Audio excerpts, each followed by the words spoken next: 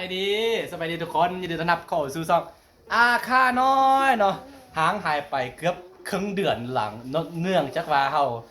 มีงานมีเวียกน้อยหนึงทำอยู่ที่เมืองสิงห์มาบ้านสักครูก็เลยว่าได้งดไทยคลิปไปแมันบอกสักครูมื้อนี้เฮาสิมาเปิดทรัพย์สมบัติของพ่อเสาครูที่ตัวเซฟที่บ่ได้เปิดมานานจักปี10ปลายปีแม่นบ่ประมาณ11 12 ปีแล้วเนาะเขาจะไปรุ่นนำกันว่ามีก็จะมีมุนมังเป็นอย่างที่พอของเสาครูทีมไว้บ่หลังจากที่เพิ่นเสียไปเราบ่ได้เปิดเลยเป็นบ่ครูมีไหมมันยกมาเดี๋ยวรุ่นไปนํกันอันนี้บ่แม่นว่าบ่แม่นคอนเทนต์หรือความจริงนะเดี๋ยวนี้เด้อแล้วสิลองเปิดเอาออกไปนอกกันไป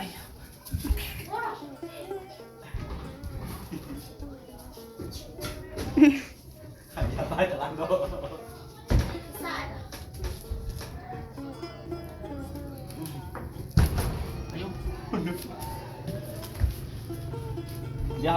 เดี๋ยวนี้ปัญหานี้ว่ากำลังเถียงกันว่ารหัสนี่สิชื่อบอระหว่างสาวครูกับน้องสาวเพิ่นเนาะผู้ใดสิเป็นผู้ชื่อถ้าว่าบ่ชื่อกรณีว่าบ่ชื่อเฮาสิทับเลยนะเดี๋ยวรุ่นนำกันเด้อชื่อคนละแบบว่าคนละโตเลยอันนี้ของจริง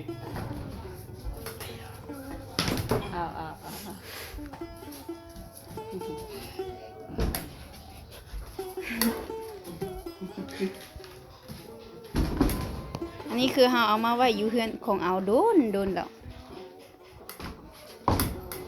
เพราะว่าตอนนั้นเฮือนของเราแบบนี่น้อยเราก็บ่ปลอดภัยนะเดี๋ยวรุ่นแต่ว่ามันมีไว้อย่างแท้เป็นมันแท้ข้างใน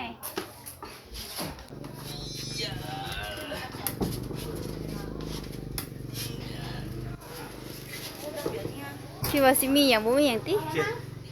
แล้วตอนนี้นะตอนนี้ก็ได้เวลาทดลองวิชารหัสลับของเอามีแพร่ก่อนให้มีแพร่เป็นผู้ลองกันถ้าว่าเปิดได้ก็คือถึกมีแพร่จื้อได้ก็ลองเน่งบ่ได้หั่นแหละมันเน่งบ่ได้นี่นี่ใส่แห้งนิดนึงอ่ะมีแผลไม่บ่มีแห้งเดี๋ยวลุ้นไปนำกันเด้อ FC เด้อว่ามีมั้ยหยังเนาะอันนี้บ่แม่นว่าตั้งใจไม่เฮ็ดคลิปนี้ความจริงเลยเนาะพอดีว่าซิปเปิดนะพอดีเอาขึ้นบ้านใหม่ของเสาครูแล้วเนาะเขาสิได้เอาไปพ่นถ้าเปิดได้ก็สิได้ทับเอา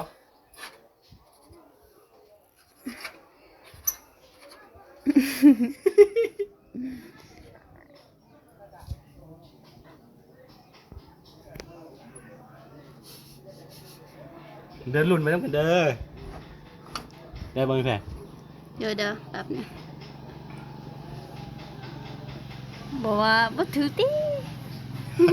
ก็17นี่บ่แม่นนะมันเงี้ยหยังเด้อจังซี่เนื่องจากว่าบ่ได้เปิดมาหลายปีอะนะเงี้ยได้ไงเงี้ยเท่าที่สิบปีโอ้ยได้บ่มีแผลโอ้ยได้เว้ยได้กระเตนี่มันจะนี่แล้วมันเป็นจะนี่เหรอกับบ้านนี่ขั้นอันนั้นคลายนี่จะนี่โอ้ยเอาเปิดแล้วดูบ่แม่นน่ะยังเอานี่อ้าวบ่สั่งเปิดแล้วตินี่ฟังเลยเป็นจังซี่บ่แม่น97นะ87นี่ลองเบิ่ง87น่ะถ้าบ่ออกมานะแล้วมูมีแผล87เด้อเมื่อกี้มีแผลเฮ็ด97บ่ถูก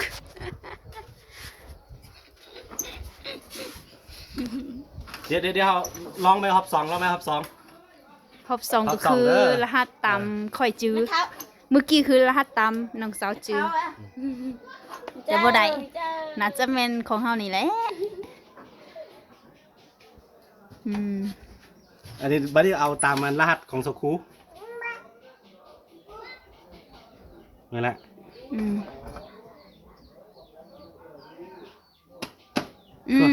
ลองเบิ่งเฮ็ดจังได๋ทำดึงบ่ได้มันดึงบ่ได้เฮ็ดจังได๋บัดนี้หักเลยมันด้วยป่ะมีแฮงโพหักปลาไว้ใช้เวลานานโพดอ่ะนะเนาะมันเป็นเมี่ยงเป็นนั่นแล้วก็จะเพไปตามกันเวลา นี่แหละบ่มีเป็นอย่างจีระยังยืนพี่น้องเอ้ยเจ้าของเพิ่นบ่อยู่แล้วเนาะครู กระแจนี่มันค้างนี่เลยเนาะ แม่น ก็เจนนี่บ่ออกเลย เอาออกบ่ได้เลย แค่นี้อ่ะ แม่น โอเค คันบ่แม่นรหัสนี่กล่องตรงในทับเลยนี่ พี่แพทย์ไปเอาครีม คิดยัง จริงๆเนาะ ครีมกันแดด มีอยู่สิน้องยา อย่าแต่นี่โอเคเอาสิใส่ครีมนี่ลองเปิดเบิ่งถ้าว่าถึกรหัสบ่ถึกก็แปลว่าเปิดบ่ได้ฮะ นี่ได้มันน่ะ นี่อ่ะ เอาได้ไม่น่ามาเลยบ่เปิด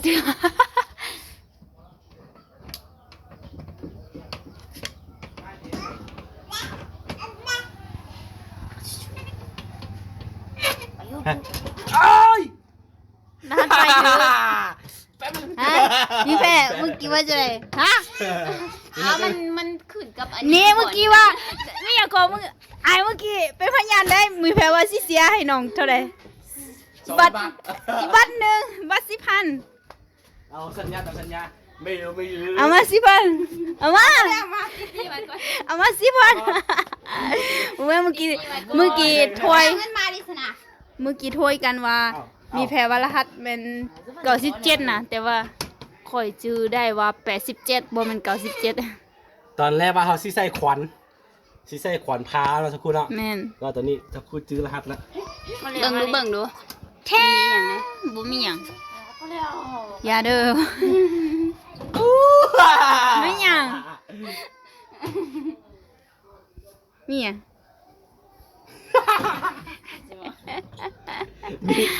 มีอัน มีแมงมุมแมงสาบ รุ่นเหมือนเดิมต้องเลยอยู่แค่โอ้ โอ้ เอาเข้าเอาหมวก เป็นเงินอันนี้เป็นเงินเถอะ อันนี้จะเป็นหมวกไผวะ หมวกอันนี้หมวก โอ้ ไว้ ย เป็นเงินอันนี้เป็นเงินหมดเลย อันนี้หมวกมีแพร มั่วมีแพรลา อืม ลองมั่วมีแพร หมวกอาคา เป็นเงินทุกพอละดูน้องพง นี่ อ่ะ คือหมวกของมีแพรแต่ว่า เขามีโบได้ ตัวนี้จะเป็นมาพี่ครูอันนี้จะเป็นเงินหมดเด้อนี่เงินนะเงินหัวหนามเงินเป็นอย่างนี้ตัวนี้เป็นของเป็นอย่างอันนี้น่าจะเป็นของพม่าตัวนี้เนาะเป็นเงินอันนี้เงินนี่เป็นเงินหมดเด้อนี่แล้วก็ยังอีกอันหนึงครู นี่ประตูนี่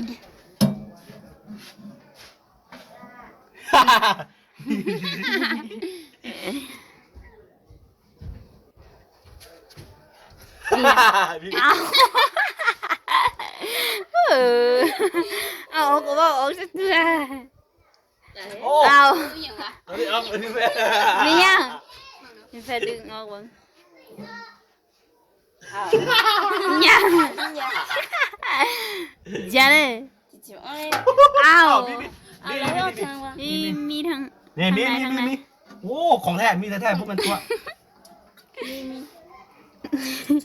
เอา มีเงิน แล้วตึกปัดได้เจ๊ โอ้อันนี้คือสมบัติของพ่อ เป็นตายยาก เห็นแบบแต่อย่างสุดเนี่ยนี่จะเป็นลายของอาคา นี่มีเงินบอแท้ๆอันนี้เป็นเงินเด้อเป็นเงินเบิ่งเงินอันนี้จะเป็นเงินลายมังกรตัวนี้แพงอ่ะบูตัวนี้ไปขายกินได้ครับ เหมือนว่า อันนี้ก็เป็นเงิน อันนี้นี่ก็เป็นเงินเหมือนกันแล้วแกเอาไปละนี่มาพี่ไม่ใช่โอเคเดี๋ยวตัวนี้เขาซื้อไปเซ็กราคาเบางตัวนี้คือว่าเขาซื้อขายกันตามท้องตลาดตัวนี้ยังคือว่าค่อนข้างแพงอยู่ได้นี่เงินหัวหนามมันเป็นเงินอันมันยังเกาะกามังกรนะเห็นป่ะจะมีภาษาจีนแล้วภาษาเกาหลีอันนี้ภาษาจีนเนาะบุญเนาะ สจินไต้หวันบ่จัก อันนี้ซานอันนี้ไม่อย่างตัวอย่างนี้ มีแพรอ่านเบิ่งมาสิ พูจิตานี่อันนี้ปี1930เด้อเงินหัวหนามฝรั่งตัวนี้เห็นป่ะเงินแท้ๆเลยนะโอเคเดี๋ยวสิเปิดตัวนี้ ให้มีแพทย์เป็นผู้เปิดค่อยๆเปิด ลุ้นลุ้นลุ้นลุ้น เนี่ย โอ้มีเงินอีกบัดนี้ เงินอย่าง 1,000 หยวน โอ้ไปซื้อเลขซื้อหวย ซื้อโหย เบิ้งเลยนะอันนี้คือเงิน ความลับ อันนี้คือ1หยวนเด้อ1หยวนเงินหยวน เงิ อั น นนี้ จีน เดี๋ยวมีตัวเลขเขาสิไปซื้อหวย เอาก็ว่าเท่าไหร่พี่ว่ามี พันกิพันกิ มีอย่างอีกก็อีก เอาเงิน อย่างหัว โอ้ นี่ ตัวนี้ดีตัวนี้ดีอันนี้จะมีนี่อันนี้จะเป็นไม่ใช่หรอ King of an United States Kingdom อันสุดท้ายของแท้บัดนี้นะ โอ้ อันนี้เป็นเงินหมดเลยเห็นปะเดี๋ยวเสียบดีอีแค่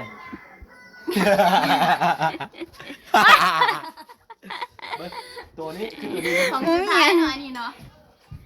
นี่สมบัติที่เหลืออยู่ประมาณตัวนี้มีตัวเลขเขาไว้เบิ้งใช่ ไว้ซื้อเล็กวะ มินี่ออกเด็กว่ะมินี่วันเนี่ย วันพุธ เด็ก คือแบบนี้คือแบบตัวนี้นะมาที่คือตัวนี้เนาะตัวนี้คือว่าต่ำเก่าซื้อขายกันตลาดของค่อนข้างแพงนี่เด้อ 2,000 บาทประมาณนี้แหละตัวนี้บ่เคยเห็นแต่ตัวนี้นะอันนี้ปี 1912 อันนี้เลยรูปีอินเดียเนี่ยของอินเดียไหมล่ะเงินรูปีอินเดีย นั่นหรอ ปี1912อันนี้ของอินเดียเด้อคิดว่าของอันราชอาณาจักรอังกฤษตัวนี้นะจะเป็นของว่าแดงเว้ยจะเป็นของว่าบ่นี่เห็นธงนี่เห็นบ่มี2ธงน่าจะเป็นของว่าจะเป็นของพิเศษเคซีนะน่าจะเป็นตัวนี้เนาะ ของพม่า เพราะว่าลืมบอกบ้านของสาวครูบ้านพ่อแม่ของสาวครูเนาะครูเนาะใหญ่มาแตกพม่าเขตของพิเศษเคซีนั่นแหละตอนนั้นเพิ่นได้เป็นสาวแล้ววันประมาณ17-18เราจะออกมาอยู่เมืองลาวนี่ทำน้ำคงมาเห็นว่าครู แม่น โอเคนี่อันนี้เงินของอินเดียเด้อสรุปได้เท่าไหร่มีแพ้ถึงแพ้สรุป 1 2 3 4 5 แล้วก็นี่อันนี้ 6 อันนี้ก็จะเป็นหมวกจะเป็นอันนี้ใส่แบบเดียวนี่อันนี้ก็ใส่แบบนี้เดี๋ยวสิให้เบิ่ง หัวเท่ อันนี้เขาใส่พี่นี่แบบนี้ เอาอาจูดูอาจู อู้ดูเหืออู้ดูเหือ มันจะจิ้มมอจูคันหมดเลย แล้วก็อันนี้คือตอนอันนี้เป็นอะไรยังว่าถ้าเป็นสาวเดี๋ยวมันจะใส่แบบนี้ ใส่เกลือเลย แต่ว่าตอนนี้มีแฟนเป็นสาวแล้วเด้อ no ให้เหรอเกี่ยวอะไรอาจู มันบ่แม่นก็ใส่ แล้วก็อันนี้เป็น ชิบะ ชิบ่ฮักก็กะตอยไอ้พี่มาเด้อ น่าหอเลย แล้วอันนี้จะเป็น หัวเท่ปะเดี๋ยวอาจูพี่มาเลย เมื่อเช้าสิ ก็เท่มาเราจะออกคนเลยมึงเอาใจอายุกับตอน นี่คือตู้เซฟที่เขาบ่ได้เปิดมา11-12 ปี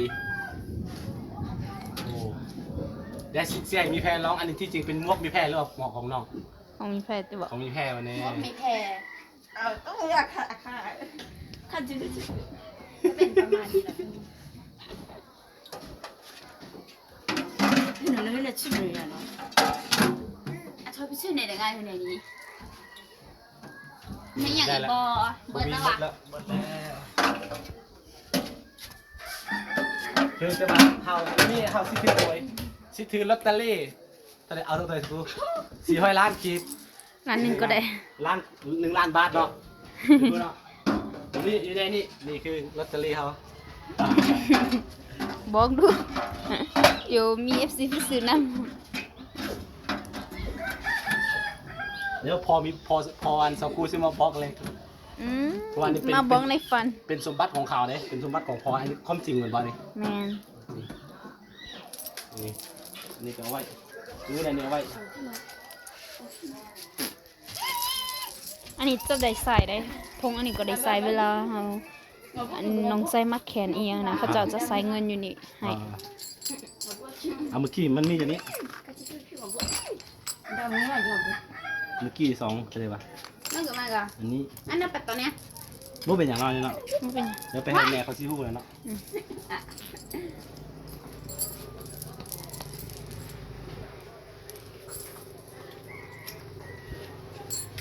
งานอะไร อันนี้เป็นเงินช่วยเงิน งานอะไร เขาตัวเด็ก จ้ะ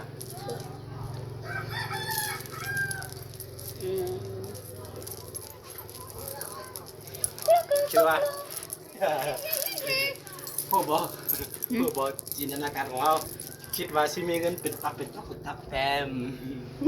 ที่จริงว่างเปล่า โอ้เมียงหมดแล้วเขาจะไปทีมอะไรนี่นะนักบนักนี่ เอาไปที่มาอย่าง ไปได้อยู่นี่ เป็นอะไรอยู่นี่ หาเงินมาใส่อมแท้ ทางนี้ใช่ไหมนะ เนี่ยเอาใส่คุมบ่ วันนี้ หาเงินมาใส่ตู้เต็มเลย เต็มตู้เลย เดี๋ยวต่อไปหาซื้อหาเงินใส่นี่นี่อัดขึ้นก่อน จบเพราะน่าถามถ้ากระโดดเลยมากบ้าน นี่ยังมาพนาที่ จุ เจ้า ดน่าหอมเหมือนกัน โอเค โอเค เดี๋ยววันนี้ นี่ล็อกแล้วมันบอก เปลี่ยนเลขแล้วก็ล็อกแล้ว แต่ว่ารหัสคือเก่ามันบอก รหัสคือเก่า บุเคยใส่ตัวเซฟนะล็อกซิปเป้แต่ว่าล็อกแล้วมันอยู่ในนี้ ล็อกแล้วบ่ได้หรอก งั้นไม่พอ เปลี่ยนแต่ตัวเดียวกับ งั้นก็สิ ล็อกแล้วนะ เดี๋ยว อ๋อ ได้ไม่ออเดอร์ โอ้มีเพย์ฟังเสียงดีอายุยังมีเพย์ยังอันนั้นนะเสริมมันตัวเองมา ตามมันเมื่อกี้ตามเฮามาแล้วก็บอกมาตามทางว่าถ้าว่าเสาคูถ้าว่ารหัสเสาคูบอกบ่ถึงนี่เสาคูสิเสียเงินให้ 2,000 บาท2,000กิฟต์ สองกีบ แล้วมีแพ้นี่ถ้าว่าบ่ถึงของวันนี้สิเสีย บัตร 10 บัตรเติม บัตรเติม 10,000กีบ 10,000กิฟต์ เสียมาเด้อเอามาเอามา อันนี้ให้เลยอันนี้นะ บ่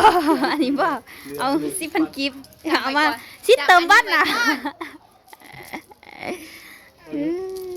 เติมให้ก็ได้จังหน่อยก็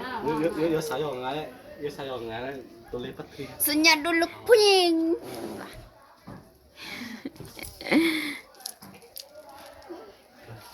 เอา ต้องกระเบื้องตัวนี้นะความลับซื้อเอาไว้ซื้อเลขซื้อแรง บาทเดี๋ยวสิเจ๊ให้มีแค่10 ล้านกับเวียงจันทน์ โอ้ ให้เสาคู100 ล้าน เฮ้ย โอเคถือว่าเป็นเป็นคลิปที่แบบว่าเขามาเปิดตัวเซตคือที่จริงแล้วที่จริงแม่บอกว่าเอาอันใส่ควันเนาะผ้าเอา แม่น ใส่อันนั้นเพราะว่าบ่จื้อรหัสแล้วใช่ปะเฮ็ดได้จื้อๆขึ้นมาได้ แปลว่ามีแพร่เว้านะเฮาก็จื้อได้บ่จื้อได้เรามีแพร่เว้าว่าเว้ามาแล้วก็เฮาก็จื้อได้ว่าเฮาเคยเปิดได้นะ อ๋อ แล้วก็ผิดตัวหนึงคือมีแพร่จื้อหมดแต่ว่าบ่จื้อตัวที่3หั่นน่ะตัวที่2 แสดงว่าบ่ได้เสียเงินมันบอกเพราะว่าเขาก็มีส่วน มีส่วนดีอยู่ เจ้ากันเจ้า เบิ่ง กัน แม่เอาบ่ได้เงินเลยว่าดิ เป็นวัด บ่ค่าแล้วบ่ค่าแล้ว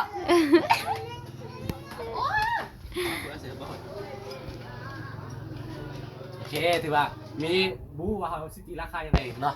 มีหมัวของมีแพทย์แล้วก็มันจะมีเงินหมานเป็นเงินเหรียญนะของอินเดียแด้ของจีนแด้ของมันเป็นยังไงหลายอย่างอยู่เนาะ2-6เหรียญเนาะตีราคาบ่ได้ อันนี้คือมุนมางของพอเสาคู่ซึ่งตอนนี้ก็ได้เสียไปแล้วเสียไปได้จักปีแล้วครู 18ปีแล้ว 8 ปีแล้วเนาะแล้วก็ทิมฮิปไม่ยังก็ตัวเซฟตัวนี้ไว้แล้วก็มาเปิดเบิงคือว่ายังมีอยู่ยังมีเงิน นี่มีมุนขาดแล้วนะกดตีไปได้แต่ว่าตัวนี้จะมีประมาณตีไปประมาณ1 ล้านบาท400 ล้านกิฟต์เลยกันแรงนี่ บ่ได้โม ลอตเตอรี่ ขี้โมแล้ว โอเคทุกคนอันนี้คือมาเปิดเนี่ยก็เปิดตัวเซฟของพอตัวคู่ให้ทุกคนได้เบิ้งกันเด้ออันนี้บ่แม่นจัดฉากบ่แม่นความจริงเลยนะความจริงเลยโอเคหลังจากที่เราบ่ได้ถ่ายคลิปมาเกือบเป็นเดือนแล้วเดี๋ยวก็สิได้กลับบ้านแล้วนะครูเนาะมื้อนี้สิได้กลับแล้วแล้วก็สิได้ถ่ายคลิปประจำตอนนี้เรามาช่วยเวียกทางบ้านตัวคู่นะพอดีแล้วไปตรงนี้กลับบ้านเจอกันไหมคลิปหน้าสบายดีนี่แหละสบายดี สบายดี ฝากซองนะ เออ ฝากช่องได้เด้อมีแพรชาแนลเนาะ PMP